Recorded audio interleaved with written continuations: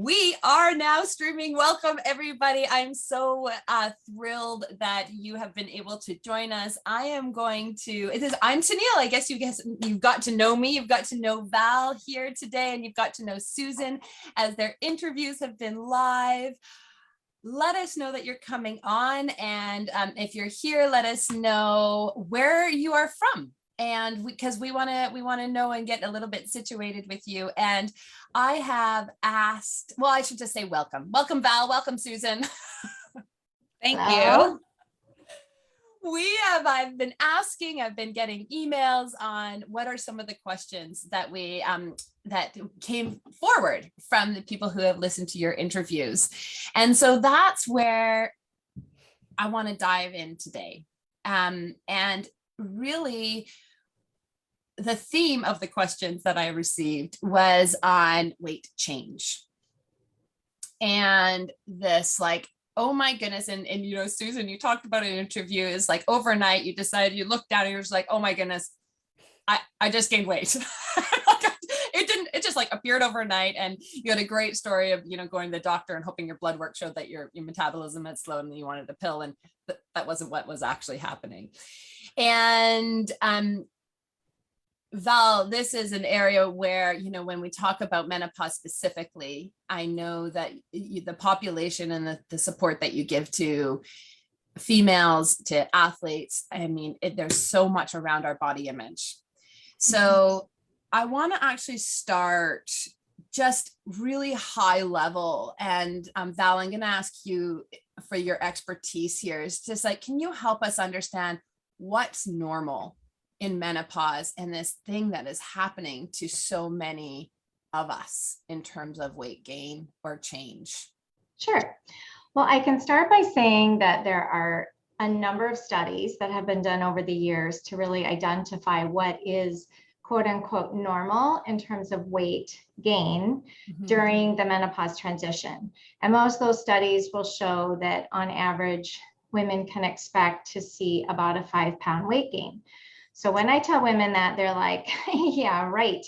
Most people, or a lot of women, at least that I see, seem to experience more than that. We also know that there's this redistribution of where fat is stored in our bodies. So for some reason, our bodies shift from storing fat as subcutaneous fat, like on our hips and thighs, to more in that central region, which is usually where your physician's going to be more concerned, right? Because that's more of a metabolically active, visceral type of fat.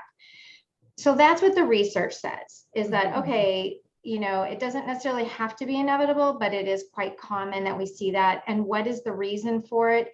Estrogen often gets blamed, but there are so many questions about how could it just be estrogen, right? Because we see female athlete triad. I work with a lot of teenagers who are not producing estrogen because of low energy availability or REDs, and they aren't just gaining weight hand over fist. So I think there's some mysteries there. It might be related to the increase in follicle stimulating hormone and the role that has. But there's more going on. And I often talk about this perfect storm of, okay, so there's some changes in hormones, but we are also aging, right? Like aging is happening. And when you look at the physiology around sarcopenia, which is the natural loss of lean tissue as we age, well, that's really interesting, right? So we're starting to lose lean tissue. And even if you're an active endurance athlete, but you're not bringing in more additional resistance training, you might be losing more of that lean tissue than what was going on in our 20s, 30s, and early 40s. The other thing is lifestyle. Some people say nothing's changed. I can tell you for sure my life has changed. I have 4 kids at home and I'm completely an empty nester. So my unintentional activity is largely sedentary, and especially coming out of the pandemic compared to how much I moved around before. So yes, I still do my endurance activity and my strength work, but then 23 other hours I'm kind of sitting. So I think it's looking at your lifestyle changes. And then the final component of that is having a history of dieting. We know that more than 60% of women have dieted in their lifetime. And more research is showing us the impact of gaining and losing weight or chronically under consuming nutrition and how our body adapts to that. And it's a protective mechanism. You might not like it, but so you think about all of those factors that kind of come together during this midlife stage. And I think it's unfair to blame it on just hormone changes. I think there's a lot of other things happening. That's super. Yeah. Susan, did you have anything that you wanted to add to that? No, I'm totally on board with that. I think we are too quick to go to one thing to blame. I mean, I was that person, hoping that it was kind of the one thing. I was a victim. And I think that's a big issue too with this. We become victims of this. And the cool thing about all of this is, though, we control a good amount of this, right? We can make changes to reverse a lot of stuff that we've been doing for decades and maybe not even thinking that we're doing. When you're talking about your lifestyle changing, Val was like, yeah, a lot. My lifestyle, things change over time. If you can be in where I am, I'm 60, almost 62, looking back decades and how things just gradually changed, where when you're in the moment, in that time period, you don't see it, you don't notice it. You're too busy living life, raising kids, having a job, all those things. But all of those things, perfect storm, just like she said, and you combine that with perimenopause, menopause, post-menopause, all of this. Yeah. And now we have a perfect storm of stuff. But through all of that, we control so much of that. And that is what I think is so important to drive home, is that you don't have to be a victim just because all this stuff has been happening, or it's not too late to turn all that stuff around either. Mm-hmm. Can you share with us, I'll come back to you, Val, on this question, is when we have this, like, there's so much change in the body, and the question I have is that our bodies can change. We have a history. And so Susan is really alluding to this as well, is like, we can control things, but like our body can relearn and create new patterns, or it can, Dr. Carla Di Girolamo talked about estrogen receptors and like, I can't hear you. It's like, we need to switch up our exercises, create different ways of, intensity and that. And so can you tell us, or just see what you see as a practitioner in the body, and how we can change our story?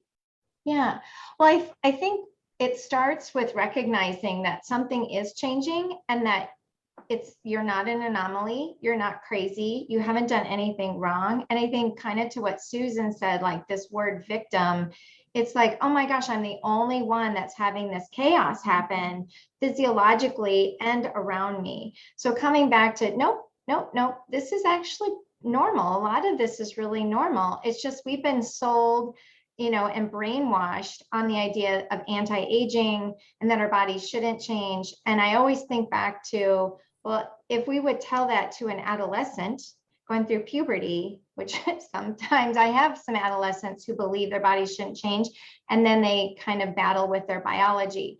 So I think first and foremost is recognizing, something is changing, and we can do that from a place of compassion and kindness to ourselves.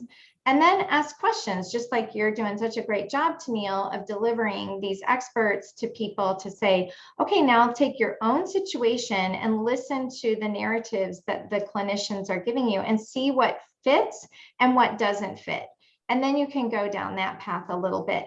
So in the case of lifestyle, for example, I'm very aware that I sit around quite a bit, and I'm, need to figure out for me what's the best way to get up and moving. And, just kind of relates to my little gift box that I have. I am suffering horribly from hot flashes and night sweats right now. It's like extremely painful. And so to get up in the morning and go work out at, say, 5 o'clock, if that's the only time you have, you're not going to do it because your sleep is disrupted. So you have to, I always say it's an opportunity to take a step back and reassess, like, what do you need to do now so that you're protecting your cardiovascular health, your bone health, all these other things that really are real in the realm of the diseases of aging. So kind of being your best self, even though some things have shifted and changed. Yeah, so perfectly said. Anything you want to add, Susan, to that? No, that I totally agree. Yeah. Yeah, brilliant. We can change the narrative, and we can also change up how and what we're doing. Right. So to come really like hone in on a question that we got, am I doomed to gain weight no matter what I do, exercise and nutrition wise? Seems like most women say they do everything right, yet nothing works. So I just have to keep doing all these things and hope for the best. I think that we've really touched on that question of, okay, well, are we doing everything right? Are we changing? Like awareness. And even then we still will see change, and it is part of a cycle, and things will shift again. Well, I'm always curious about the word right. Yeah. What does that mean? You know, when someone tells me that they're doing everything perfect, correct, and right, by the end of a nutrition assessment, there might be some things that, you know, it's like, oh, well, there is this, and well, there is that. And that's not like all the time, right? So I think sometimes we have to be honest with what we're doing, and some of the rightness that someone's been delivered could be misinformation. So sometimes someone thinks they're doing something that's a good idea for whatever reason, and maybe it's not the best fit for them, or it's not the right thing for their body and their lifestyle. So I always kind of, you know, want to take a step back from those very black and white words and find out what that really means. And then even to bring it full circle to, well, is weight gain inevitable? That kind of opens up a whole nother can of worms. Well, what if it was? What does that mean then? Like, are we grieving the loss of the thin ideal? Are we grieving the loss of aging? And I'm not saying that it is. I think it's just that we have so much fear behind that question. Like, oh my God, if you tell me weight is inevitable, I'm literally gonna have a nervous breakdown. And so it's like, well, let's look at what that's about. Like, what's really going on in terms of our attachment to worrying about the weight. And that's, again, you might want to pay attention to that for a bunch of different reasons, but the intensity of fear and emotion that gets tied to how we think about weight in our diet culture and in the pressure that we put on ourselves, I think contributes to a lot of stress, which then when you look at that whole cascade of hormones and, you know, anxiety, you know, certainly there's a lot of work to do there too. Yeah. I just remember, like, I had such a problem. Here I was, an elite athlete, and I couldn't get on a scale. Like you think, and it doesn't matter whatever size you were. Like I had the ideal body, you know, like I was cut, I was ripped, I looked fast. I was just like, and I was so unhealthy, and I couldn't go on a scale. And now, like, in my body's changed a lot. I've had 2 babies, like lots of change in my life. And now I couldn't care less, but it was all the work I had to do to understand what that number actually meant to me. Or the identity. And the identity of it. Right. And so where our identity is shifting, and then who you defined yourself as an athlete, as an achiever, maybe even work related or career related. And then now your body, like, I never had to worry about my weight, and like, what the heck? I've got this sagging skin. And so I think it's just, again, we're back to there's just so many factors. It's not just one thing. Yeah. And the mindset piece of it. Susan, do you have anything that is coming up for you here? And because I know this is one of your areas of focus is, you know, really inspiring through strength training and other means as well to support athletes and women to, be and can do. Is there anything else you wanted to add here? Well, just back to the original question about, you know, they're doing everything right. And not seeing results and that kind of thing. You know, so often for decades, I thought I was doing everything right because I grew up in these decades of crazy stuff that I believed was true. right? And when you go through that for 20, 30, 40 years, you don't get rid of that up here like that, right? So that's where the fear, I think, is based out of, is because we grew up with all of this stuff. And so now we're faced with, I feel like I'm doing all those things. And honestly, most of that stuff was not a good way to lose weight, a healthy way to lose weight for a, a long sustainable period of time. So, yeah, for that person that said, am I just doomed to gain 5 pounds? Is it automatic or whatever? And I love Val's question. So what would you do if we said yes? What if it is? Then what? And this is where I go to with people and I say, yeah, you know what? It's going to be hard. No one's going to sugarcoat this and say, it's a piece of cake, man. It's easy. No, it's going to be hard, but here's your choice. You have a choice of saying, yeah, it's hard. I quit. I give up. I'm done. Or it's hard. I'm rolling up my sleeves. I'm going to get to it and do it anyway.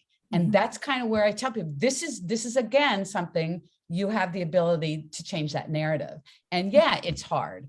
Oh yeah. I mean, please, for all of us, it's hard if you want to lose 10 pounds, 5 pounds, whatever the number is. If you don't even want to lose any pounds, you want to build muscle or whatever, but, and it takes longer. It takes longer for all of us to recover, to build muscle, to do any of this stuff. It takes much longer.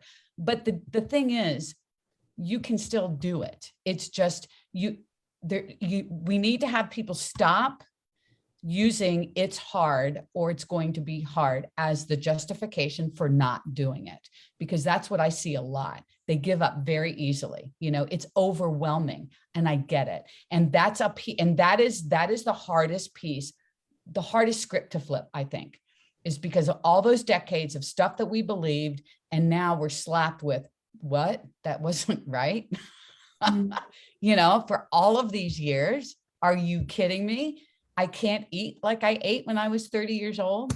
I can't, not work out and expect that I'm going to look great. I mean, it's a little of a reality check, to be honest, a little tough love, but I feel like that hurdle is huge. It's significant. And once people can break through that hurdle, then I feel like they start believing in themselves, because I feel like that self-efficacy is a big issue. And to build self-efficacy, you need to do things when you don't want to. You need to keep pursuing, you need to keep on. And that's hard to do. I mean, that is hard to do. Small, little attainable goals along the way. That's how you build up the confidence and the self-efficacy to keep going. Yeah, I think that's brilliant. Like make things realistic to habit forming. There's a lot more work and a lot more, in the popular literature is coming out, Atomic Habits from James Clear. And I love some of the work that he has done. And there's other research that have, led the way in this as well. And so super powerful. Val, one of the things that Kim said was LDL and blood pressure have gone up over the past 2 years. They never understood that it was menopause. Is that, how do we deal with that? Is it something we need to deal with it? Or is that also part of the cycle that we need to think about it? Like, I'm thinking deal with it nutritionally. And is that because of where the fat is gaining more in the mid region here? And, do you have any ideas on that, or where we can look to for more information? Well, first and foremost, I mean, you need to listen to your physician and whatever, because there's so much to that story, like to just, say it's menopause, it's more complex than, just your LDL cholesterol. Right. I think where I really want to equip women is that if you've been watching your weight shift and change, and you're doing all the things that,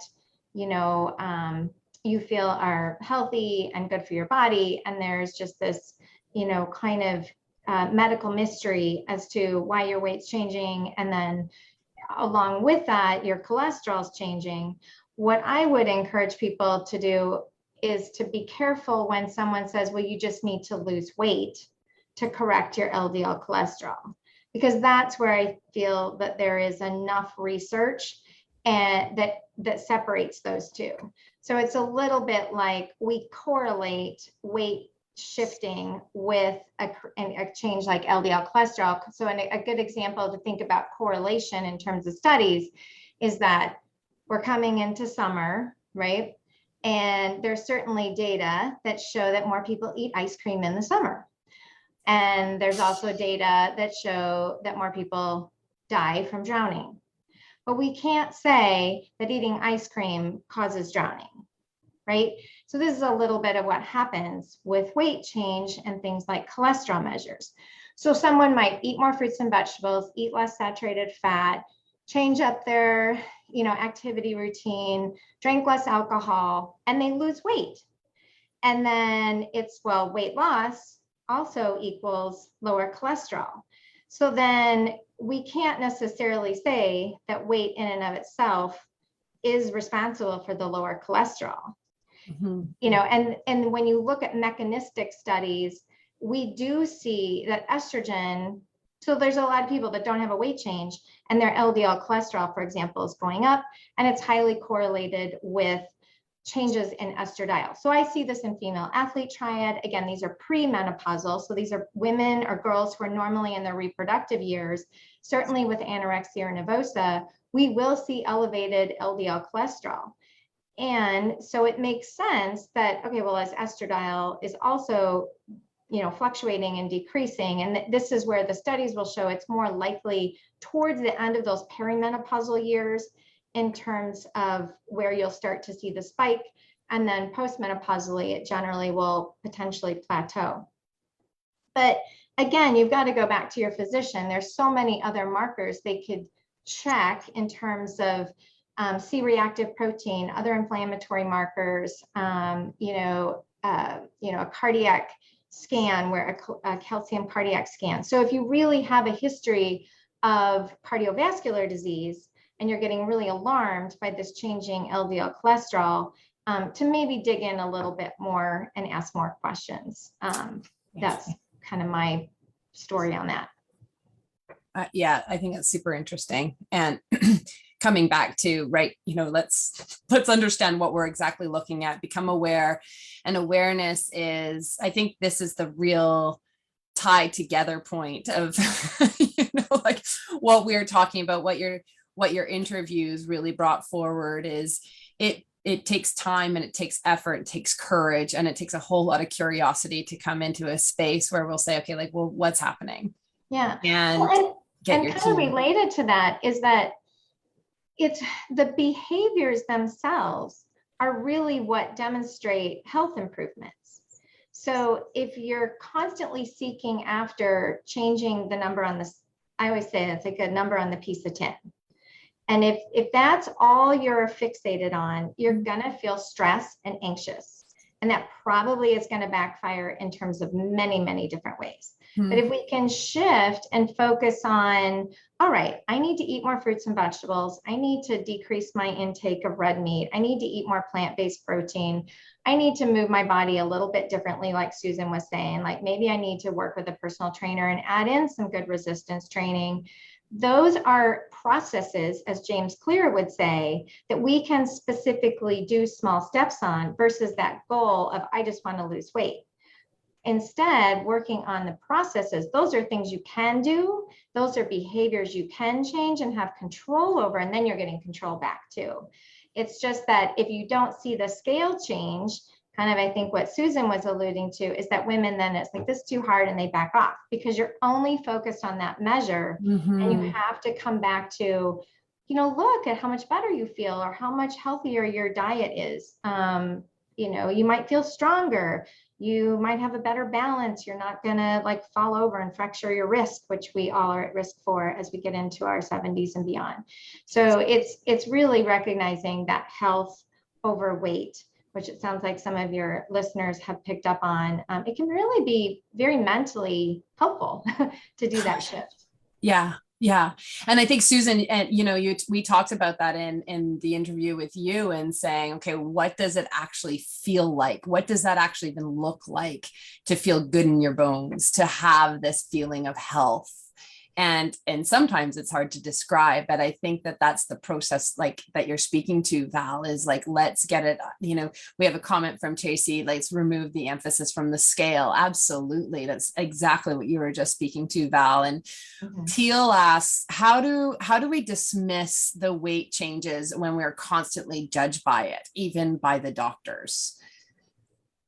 Yeah, well, my response to when a doctor tells you to lose weight or is judging you on your weight is use a couple questions. You could say, what would be your recommendation to a person who is in a smaller body? So if they are concerned about your cholesterol, then you could say, well, if I were a BMI of 20, what would be your recommendation? And the other question would be, what do you recommend I do? So I have been dieting for the last 10 years. I have gained and lost X amount of weight. I know how to diet. I can't lose weight right now. What do you suggest I do? And, I think, like you were saying earlier, Tennille, you have to come into a brave space because there is a power influence of the doctor over us. And so really feeling confident that you can ask those questions, just like, so hold on a second, like, tell me why weight in and of itself, because then you could just go do liposuction. Well, we know that doesn't work either. Let me tell you, there's studies that show like you can't just remove the fat and see an improvement in LDL cholesterol or some of these other measures.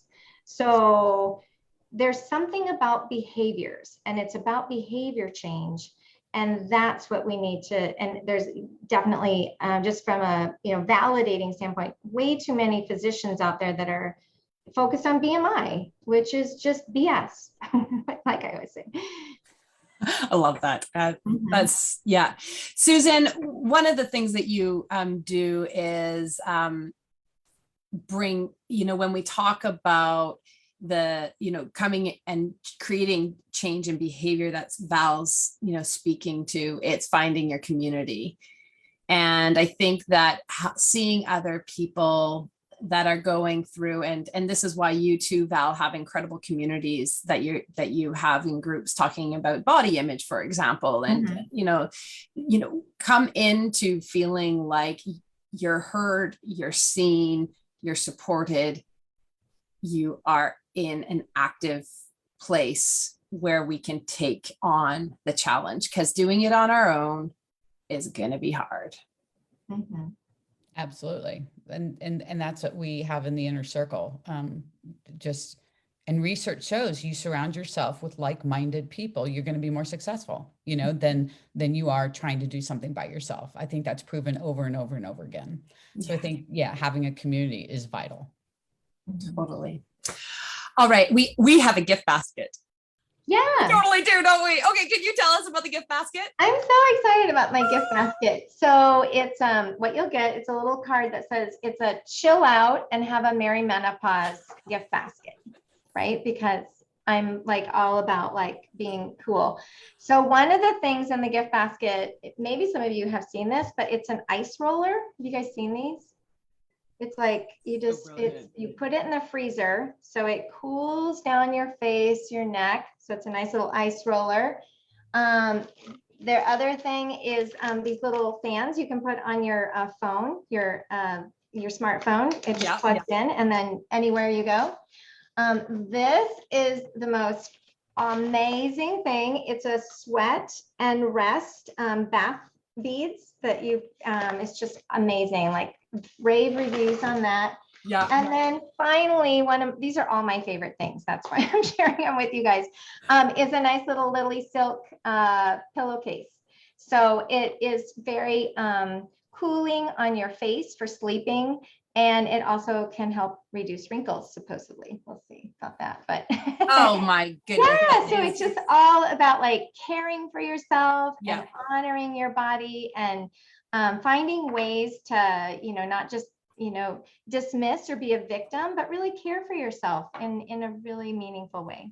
Oh my goodness. Well, thank you so much for giving it. Now we are going to give it away. I'm just looking right now. I just closed my thing that I was going to go on to. So give me 1 second. Do you have, while I'm just pulling it up, do you have any final things that you want to share with the listeners that we haven't touched on yet, or?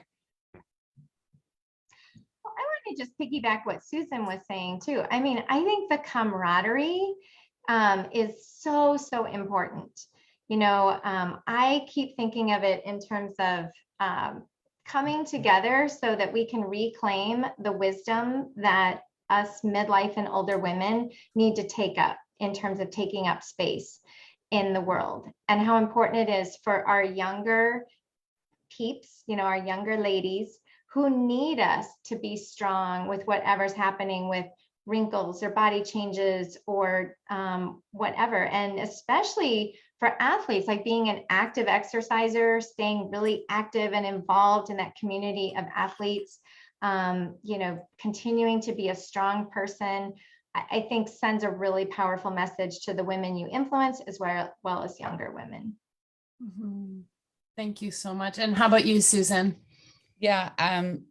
My overriding message is just, it's not too late to change any of this. If you're not happy with where you are, if you don't feel like you're healthy enough, or you want to lose 10 pounds. And I do want to say it's okay if you want to lose 10 pounds, that's cool. If you want to build some muscle, it's not too late to do that. And it's going to be challenging, of course, but speaking from someone who did it in their mid 50s, it's possible.